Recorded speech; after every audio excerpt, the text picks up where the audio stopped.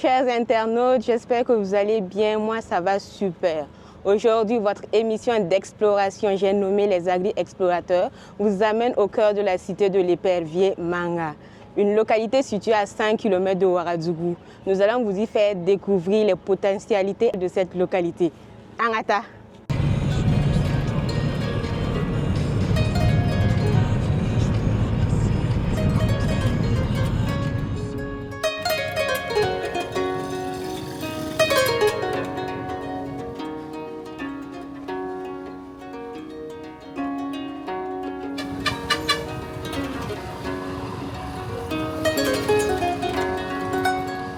Notre voyage Ouaga-Manga, long d'une centaine de kilomètres, s'est fait sans aucun souci majeur. Il nous a fallu 2h30 de route avant d'arriver dans la cité de l'épervier. Pour ce nouveau numéro de votre émission Les Agri-Explorateurs, je vous le disais tantôt, nous avons décidé d'explorer la capitale régionale du centre-sud, Manga. Au cours de notre séjour dans cette localité, nous allons mettre en lumière les activités de quelques entrepreneurs qui se démarquent dans des secteurs d'activité tels que la transformation, la production et la commercialisation.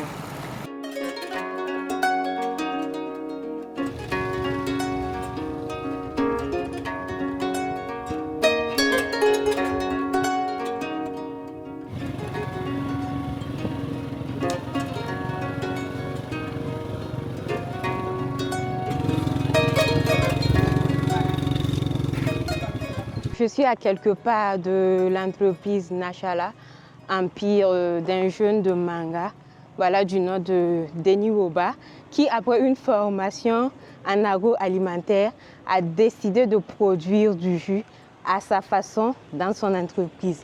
Du coup, nous allons aller à la rencontre de ce jeune-là qui est pétri de talent pour essayer de découvrir encore un peu plus sur son entreprise. Bonsoir, monsieur Oba. Oui, bonsoir, madame Koulibaly. Comment allez-vous? Oui, je vais bien chez vous. Oui, ça va. On voit qu'il veut pleuvoir. Hein. Apparemment, on est bienvenus. Oui. Je pense que les membres des anciens de Mangawa vous ont bien accueillis. Ok. Donc, on va leur dire merci. Oui. Alors, monsieur Oba, qu'est-ce que vous êtes en train de faire? C'est un client qui vient de commander une de mes spécialités, du Nimakou au petit cola. C'est quoi la particularité? Bon, la particularité, c'est que je travaille vraiment avec du naturel. Je ne mets pas de produits chimiques. Vous pouvez nous dire un peu si vous avez ou vous rencontrez des difficultés dans votre entreprise? Les difficultés, ça ne manque pas, puisque dès le début, même pour ouvrir le coin, c'était pas facile. Voilà. Et j'ai essayé même de rentrer en contact avec la direction de la jeunesse pour un appui. Mais bon, ça n'a pas été facile. Bon, ils ont dit qu'ils n'avaient pas les moyens, puisque en ce moment, il y avait le coup d'État qui... Voilà. Donc, j'ai fait avec les moyens que j'ai. Et si vous remarquez, c'est comme un kiosque, voilà, dont j'ai transformé en même temps pour faire en même temps une entreprise. Est-ce que vous arrivez à vous en sortir grâce à la vente de vos jus? Le marché n'est pas trop ça. Voilà, vu le contexte même du pays, là, c'est un peu difficile. Et comme j'avais dit précédemment, les gens n'aiment pas trop, ils ne sont pas trop jus. Ils sont beaucoup, surtout à Manga, ils sont beaucoup alcool. Maintenant, ça va un peu, puisque les gens ont connu un peu. Comme vous l'avez constaté, on a eu à faire quelques des jus. Voilà. Donc ici, j'ai un échantillon. D'accord. Weda. Ok. Que je propose que vous puissiez déguster. Ah, d'accord. M'en dit en tout cas, qu'est-ce que vous en pensez? Ok, avec plaisir. Ok. D'accord. Voilà. Merci, monsieur.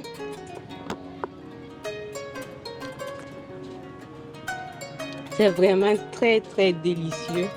Et rafraîchissant. Je reprends une autre gorgée. Ok. Comme c'est du cocktail, il fait le message de plusieurs fruits. Voilà. C'est vrai que j'ai senti le goût du clou de girofle parce que j'aime bien ça en fait. Je mets ça très souvent dans de l'eau pour boire. Oui, c'est c'est bon même pour la santé. Le clou.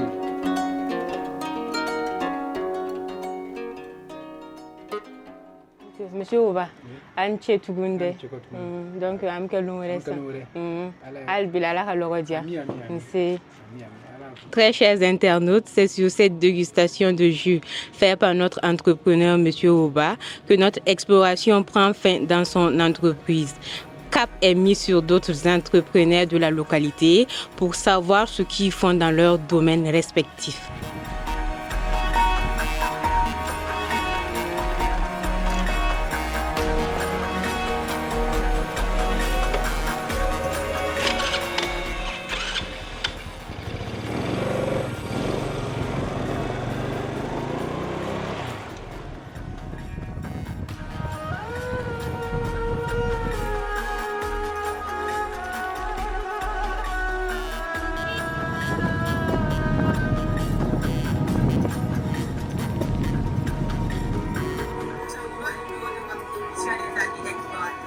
Nous avons décidé d'explorer la capitale régionale du Centre-Sud. Voilà le Centre-Sud qui est autre que Manga.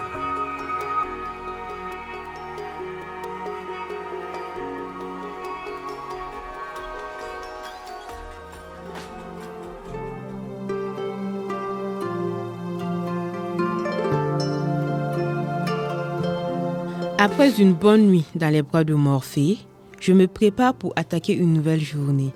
J'espère être encore édifiée comme la journée précédente. Allons à la rencontre de nos entrepreneurs, toujours dans la belle cité de l'Épervier. Je suis en train de me rendre dans le secteur 3 de la ville de Manga, plus précisément dans le quartier Sitoko. Sitoko qui veut dire à langue Mossi, nid des éperviers. Et là-bas, nous allons nous entretenir avec eux, ou du moins nous allons explorer l'entreprise en fait, de M. Étienne Zongo. Étienne Zongo, c'est ce jeune-là qui a décidé de suivre les pas de sa maman et de faire dans l'élevage des porcs.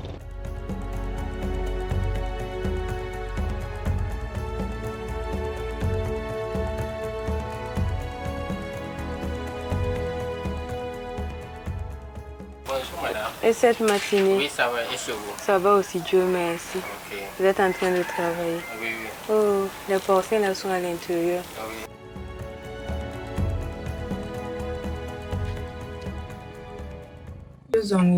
D'où est partie l'idée en fait d'entreprendre dans l'élevage de porcs?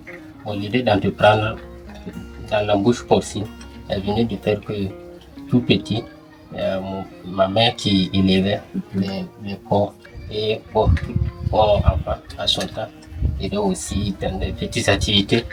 Donc, il leur donnait à manger tout ce qui rentrait dans le cadre de leur bon livre. Donc, petit à petit, je me suis rendu, je suis tombé dans la passion. Est-ce que l'élevage des porcs là, est facile? Bon, comme toute activité, c'est la passion. Je peux dire que c'est incarne l'idée de l'entrepreneuriat. Par moment, il y a tu es passionné, par moment, il y a des moments de déception. Voilà. Par moment, tu es découragé. Parfois, c'est des nuits blanches. Comment est-ce que vous arrivez justement à allier études et entrepreneuriat? Comme toute chose, c'est la passion. Voilà. C'est pas simple. Souvent, il faut prolonger la journée ou bien la nuit, voilà, pour travailler, bosser jusqu'au petit matin, pour pouvoir proposer certains devoirs. Est-ce que vous rencontrez des difficultés en ce moment? Bon, les difficultés, comme je l'ai évoqué, c'est vraiment d'ordre financier. Actuellement, Manga, il n'y a pas de projet conséquent pour la jeunesse. Ça n'existe pas, même si ça existe. C'est ceux qui n'ont pas l'idée, généralement, je ne sais pas pourquoi, qui en bénéficient. Et qu'est-ce que vos proches ont pensé de votre idée d'entreprendre dans ce domaine-là? Comme tout entrepreneuriat, tout début n'est pas de tout rose. Chacun y va de son côté. À toi vraiment de savoir ce que tu veux réellement, de pouvoir prospérer. Ceux qui diront que ça n'est pas loin, ou diront que bon, certains disent que bon, c'est pas la peine de commencer parce que tu n'as même pas les moyens pour engager.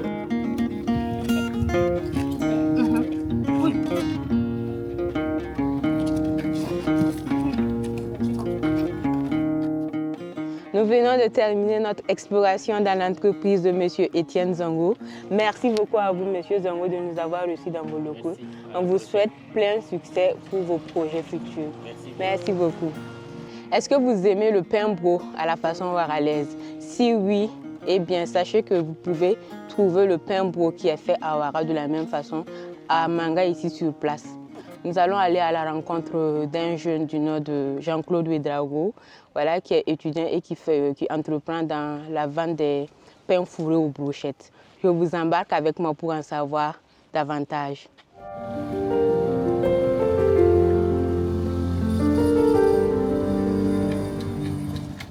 Bonjour, monsieur Ouédraogo. Bonjour. Et cette matinée? Ça va très bien chez vous? Oui, ça va aussi, Dieu merci. Monsieur Ouédraogo, est-ce que je peux vous aider à être, on va dire, une vendeuse de brochettes d'une journée? Avec plaisir. D'accord. Donc, je dépose mon micro et puis je vous aide. Vous avez une serveuse pour aujourd'hui. Ok. Vous mettez de l'huile. Ok. Et puis vous tournez comme ça. D'accord. Vous regardez. Là, ça commence à rosir. C'est là, ça veut dire que non, c'est presque cuit. Ok. Ça commence à cuire, donc voilà. D'accord. Il ne faudrait pas que je fasse tomber vos brochettes. Non. Ou nos brochettes, comme je suis serveuse ici aujourd'hui. Espérons que les clients vont aimer. Ah, surtout avec vous à l'appui. Je pense qu'ils vont plus aimer. Ah bon, hein? Ah oui. Donc, espérons qu'on finisse de tout vendre aujourd'hui. Là, j'aurais contribué un peu à votre entreprise. En effet. C'est bien comme ça? Oui, c'est bon. J'ai peur que ça me tombe en fait. Parce que c'est bien classé. Mais comment vous faites pour ne pas que ça crame? Bon, déjà, il y a l'aluminium qui est là. Ça fait que ça travaille et on doit surveiller. Quand on sent que ça commence à rosir, on tourne. Voilà. Là, déjà, on sait qu'on peut déjà manger. Voilà, c'est déjà prêt. J'avoue que je fais souvent des brochettes à la maison. Je ne sais pas c'est quoi qui fait. Je vois que c'est vraiment doré et tout, mais après quand on déguste, on voit que c'est pas la viande n'est pas cuite en fait. Je ne sais pas si c'est la marinade ou c'est quoi qui fait ça. Non, souvent c'est la marinade parce que déjà, il faut mettre assez de vinaigre. Là, ça rend la viande là molle. D'accord. Donc quand ça devient molle et que vous venez vous mettez au niveau du feu, ça cuit vite. Voilà, cuit vite. Et c'est comme je dis aussi, ça dépend de la viande également. Si c'est pas de la bonne viande ou bien c'est de la viande où il y a comment on appelle ça? La graisse. La graisse, c'est compliqué. Merci beaucoup pour ces conseils. Non. Je vais essayer d'appliquer ça une fois arrivé à la maison. La passion est née d'où? Bon, disons que personnellement, j'aime les brochettes. Quand j'étais à Ouaga, le pain brou surtout. Voilà, j'aimais ça. Et quand je suis venu à Manga, j'ai vu que les gens en faisaient. Mais ce n'était pas vraiment mon goût. C'était pour enfants, mais juste comme ça de passage. Si les gens demandent, qu'on ne peut essayer d'initier ça ici et voir aussi ce que ça va donner. Vu qu'il y a l'université aussi qui est là, j'ai vu que bon, c'était une grande opportunité pour moi d'exercer le métier. Qu'est-ce que vos proches pensent étant étudiants et vous voulez entreprendre? Mes parents, pour eux, c'est bien, c'est une bonne initiative parce que déjà eux-mêmes sont dans l'entrepreneuriat, me soutiennent dans ce que je fais.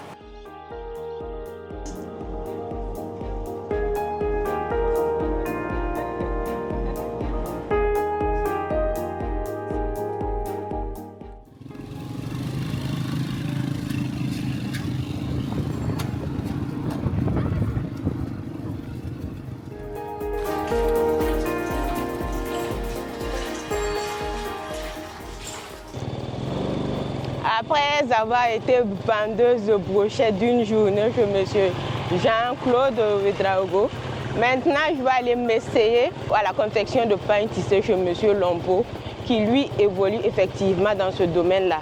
Nous allons aller explorer son univers ce matin.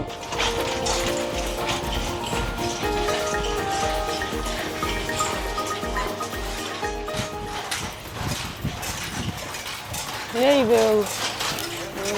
et votre matinée. Bon travail.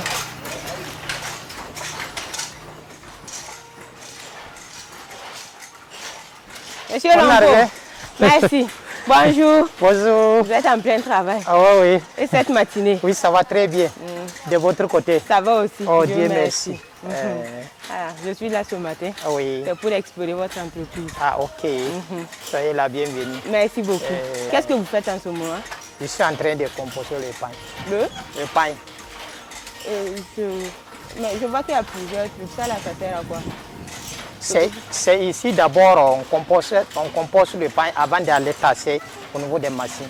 On commence à faire sortir le mortier. Monsieur Lompo, Oui. d'où est partie la passion de tisser? Le tissage, ça a commencé, je peux dire que le moment que j'étais au village, je suis quelqu'un, comme je disais, je ne suis jamais allé à l'école.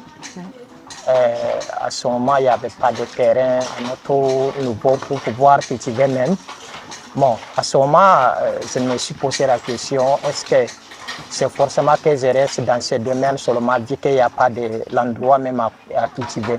En 2016, je me suis marié et j'ai pris ma femme direct. Je suis venu à Manga ici pour entreprendre. Vous êtes venu pour entreprendre. Oui. Est-ce que dans votre tête, c'était justement pour venir entreprendre dans le métier du tissage? J'ai dit au village que j'ai venu ici pour entreprendre au niveau des tissages. Il y a beaucoup de personnes qui se moquaient de moi. Que non, ça, c'est pas pour les hommes, que c'est pour les femmes. J'ai dit que je m'en fous. Il n'y a pas un livre là où c'est écrit que c'est pour les femmes, tout le monde peut le faire. Aujourd'hui, vous avez votre propre entreprise. Comment ça s'est passé? Quand j'ai fini ma formation durant 3 ans, moi et puis mon patron, on s'entendait très bien, il n'y avait aucun problème. On a fini la formation et je suis allé installer à mon coin aussi. Est-ce que le métier nourrit son nom? Ça, c'est... Il ne faut même pas parler ça. Il ne faut même pas parler ça petit comme ça. C'est des choses, en tout cas, on ne peut même pas imaginer comment ça nourrit l'homme. Un exemple, tous les 15 personnes que vous voyez ici, personne ne sort ailleurs pour manger. Il faut avoir un terrain d'1 hectare, là où je suis en train de construire, pour pouvoir réaliser d'autres projets. L'année passée, j'ai pris mon avion, j'ai parti à Grand Bassam. Quand j'ai pris photo et puis j'ai mis les gens, on dit que non, c'est pas moi. Donc je suis tellement fier. C'est à travers avec ces domaines-là que je puisse prendre un avion. Sinon, ça allait être très compliqué pour moi de voir un avion même.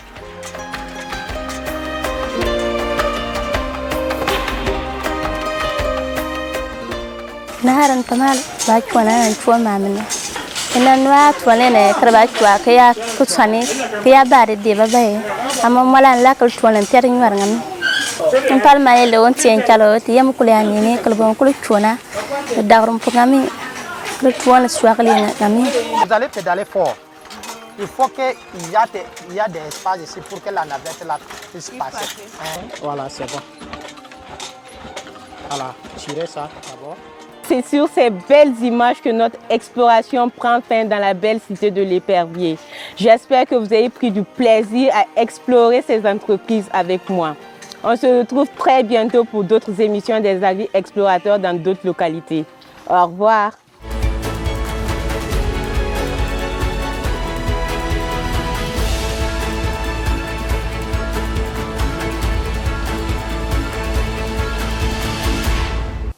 Mesdames et messieurs, bonjour. C'est un immense plaisir de vous retrouver pour ce numéro de Les Agri-Explorateurs. J'espère que vous vous portez à merveille.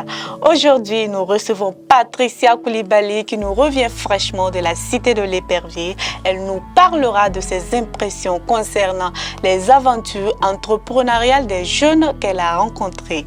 Bonjour Patricia. Bonjour Aïcha. Comment ça va? Je vais bien, merci et vous? Je vais super bien. Comment ça a été à Manga? Ça s'est très bien passé. Dieu merci. Et dites-nous, quels ont été les temps forts de votre aventure à Manga? C'est la circulation à Manga. La circulation est vraiment très fluide. Okay. Il n'y a pas d'affluence comme à Ouara où tout le monde est stressé. Tu es en pleine circulation, tu es stressé. C'est comme si tout le monde était pressé et tout. Oui. Manga, la circulation est vraiment fluide. Tu es sur le goudron, tu pars à ton rythme et il n'y a pas de stress. On va dire que Manga est une ville très calme. Pourquoi Manga et pas une autre ville? Manga parce que on a échangé avec des jeunes, certains jeunes de là-bas au téléphone. Avant, au téléphone. Qui nous ont confié en fait que ils passent des concours de l'État qui ne marchent pas, voilà, de la fonction publique qui ne marche pas. Et pour ne pas s'asseoir et ne rien faire, ils décident en fait d'entreprendre. Est-ce que le déplacement à Manga en valait la peine? C'est comme si en fait ces jeunes-là attendaient depuis toujours qu'on vienne en fait faire connaître leurs différentes entreprises. ils ont cette soif-là en fait de réussir et ils ne s'asseyent pas forcément pour attendre en fait de l'aide de qui que ce soit. Et le fait qu'on soit venu et qu'on ait en quelque sorte fait de la lumière à les différentes entreprises leur a fait vraiment plaisir. Et moi aussi, ça m'a fait plaisir parce que je me dis que j'ai pu contribuer un temps soit peu à faire connaître en fait ces jeunes qui étaient un peu dans l'ombre. Et on vous remercie. Merci d'avoir apporté de la visibilité aux activités de tous ces jeunes qui essaient de se démarquer nuit et jour dans la localité de Manga. Parmi les entrepreneurs que vous avez rencontrés, et quelle est l'histoire qui vous a le plus édifié? Déjà, on va dire que toutes les histoires étaient belles, mais l'histoire de Monsieur Lompo était vraiment touchante. Monsieur Lompo, c'est ce jeune-là qui a décidé de quitter son village et de venir à Manga en fait se chercher et devenir quelqu'un dans le futur. Il nous a confié que tous les jeunes en fait de son âge avaient des portions de terre qu'il cultivait et lui il n'en avait pas en fait parce que étant fils de pauvre. Donc il se dit qu'il faut forcément que lui réussisse. Et pour la petite anecdote, l'année dernière il est parti pour des congés en Côte d'Ivoire, à Grand Bassam. Et comme son entreprise fonctionne bien, il a pu en fait s'offrir un billet d'avion. Et en fait, c'est pour dire que voilà, c'est pas forcément parce qu'on est né pauvre qu'il faut qu'on demeure pauvre en fait. Et l'histoire de Monsieur Lompo prouve qu'on peut se chercher étant dans son propre pays. Et comme le proverbe albanais qui le dit, essayez. Si vous n'essayez pas, vous regrettez. Quels sont les pires moments que vous avez vécu à Manga? Je me dis que tout ne peut pas être rose. Il n'y a pas eu de pire moment en tant que tel. Peut-être quelques petites anecdotes. J'ai eu à rencontrer en fait un jeune qui évolue dans l'élevage des porcs. Et donc, quand on était en fait avec lui, j'ai voulu du genre caresser l'un de ses porcelets. Et je vous assure que ça n'a pas été du tout facile. Le cri en fait que le porcelet émettait là m'a vraiment fait peur. Jusque là, ça allait. C'est au moment où la true en fait est sortie, j'ai plus peur et puis bon, j'ai fui, on va dire, mais ça s'est bien passé. Je suis une grande fan du porc au four, mais c'était vraiment ma première fois en fait de me retrouver en contact direct avec les porcs. J'avoue que c'était une expérience vraiment riche en émotions. Je rappelle, Patricia a été à Manga afin d'y explorer l'univers entrepreneurial des jeunes. Grâce à sa voix et sa caméra, nous avons découvert des entrepreneurs à parcours très inspirant. Je suis convaincue que ces histoires motiveront plus d'un parmi vous qui nous avez suivis. Merci beaucoup Patricia d'être venue sur notre plateau. Le merci c'est à vous. On se donne alors rendez-vous pour une autre destination. Toutes mes chaleureuses salutations à toute l'équipe de production et quant à vous, aimables internautes, prenez grand soin de vous et surtout, n'oubliez pas de vous abonner à nos différentes plateformes. Bye bye!